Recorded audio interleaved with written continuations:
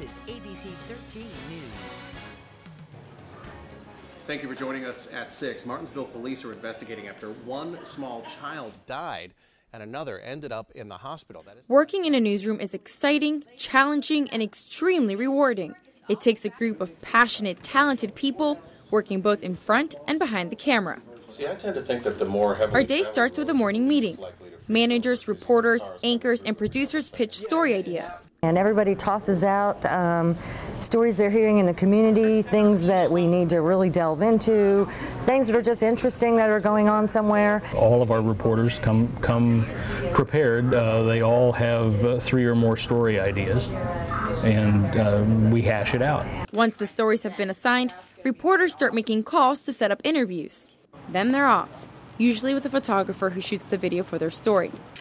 Back at the station, producers are busy writing the stories in their shows. We decide what's going to be the lead story in our newscast each night, what's going to be the second story, and so on and so forth.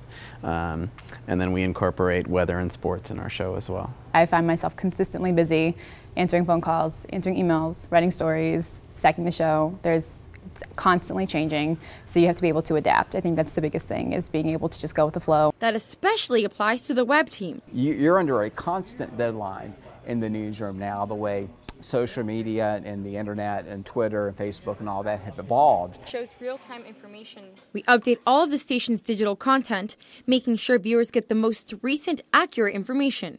Lots of people come and use this. As managing editor, Noreen Turyn oversees all of the reporters who are out on the field. We are very viewer focused.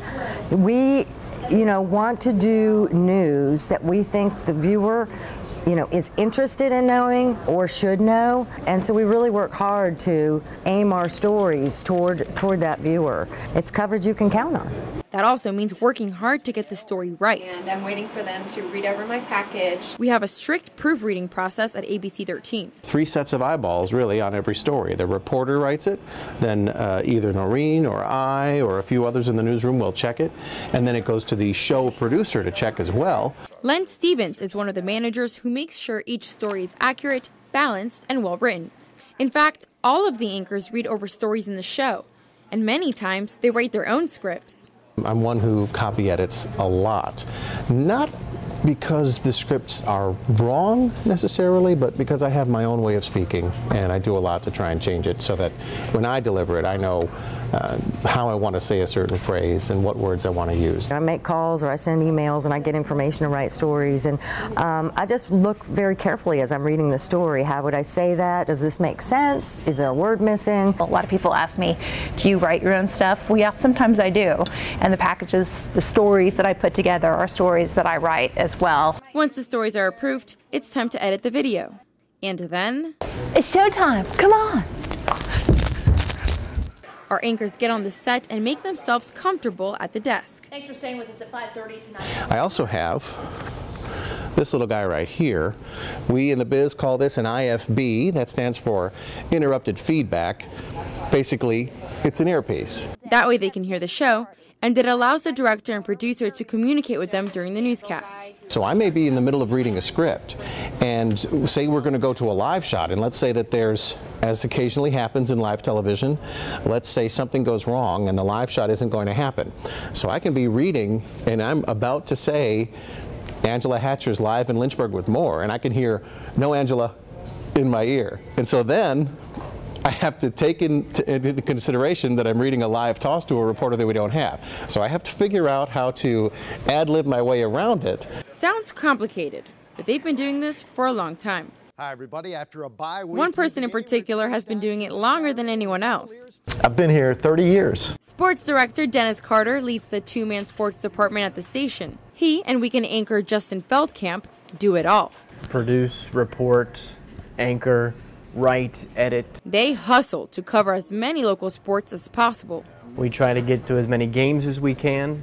Sometimes we take criticism for not being everywhere, but literally we just don't have enough bodies and enough resources to do as much as we would like. Welcome to another playoff edition of Football Friday. I'm Dennis Carter alongside Justin Feldkamp. But from Football Friday to full court press, they make it work. It's great to do stories about kids who are succeeding and kind of deserve the publicity. It's always neat to go out and talk to them and kind of spread their story to people all over. A duo that's constantly proving how passionate they truly are. Hear the crowds and be around, you know, athletes having fun, and it's just fun. Still is. So here are the specs on that trailer. While the production assistants are making sure everything runs smoothly down here, Made it through the A block. the control room upstairs is where the real magic happens. The producer's job is to plan it, the director's job is to implement it. And that's telling the, letting the audio op know who's going to be talking, when they're going to be talking, letting the camera ops know what camera we're coming out to, what type of shot we need, and letting our graphics operator, who also controls our videos itself, when to roll stuff and when to bring up their graphics. Putting on a clean newscast is certainly a team effort, and ABC 13 has a strong one, made of dedicated, hardworking people. I don't come in at 5:30, have someone put on my makeup, and sit down and read somebody else's scripts. And they say, I thought you just showed up like an hour before and just read what was on the screen, and that's not it at all. The hours are crazy. You work holidays, you work weekends, you work, in my case, nights, and there are some things that are really hard to deal with, but you have to really, really love what you do to get through that kind of stuff. You also need to know how to have a little fun. Len is a jokester, always making people laugh. He's also quite the drummer. 2, 3, 1, 2, 3, 6, 8, really. This happens every day. Breaking news, breaking news. At times, the newsroom likes to break out in song, and Danner loves making music videos. And I also did one recently where I got everyone involved in it. Noreen, well, she keeps a fake hand in her drawer. That's what I use it for. It's certainly a social newsroom, but the truth is, there usually isn't a lot of time to play around. We have the privilege of bringing you the news every day. And if we can make a difference, all of this is worth it. We all like to think that we make an impact and help our community in some sort of way. When we have a story on the air that really moves people and we get the feedback that we sort of get sometimes from them, I think it's something that I take great joy in. Working in television is something that brings you closer to things that happen around us that normal people don't get to see. We're their eyes, we're their ears. It's amazing what power you have as a journalist to, cause change or cause action. I connect with our viewers. It's kind of a privilege. I get to talk to anyone who wants to talk to us every day. Once you actually meet some of these people, they really have an impact on your lives. They tell their stories to you, and sometimes you can relate to them, and you learn a lot from people through interviews. I think you kind of get like a front row seat to the world in a way that not everyone gets.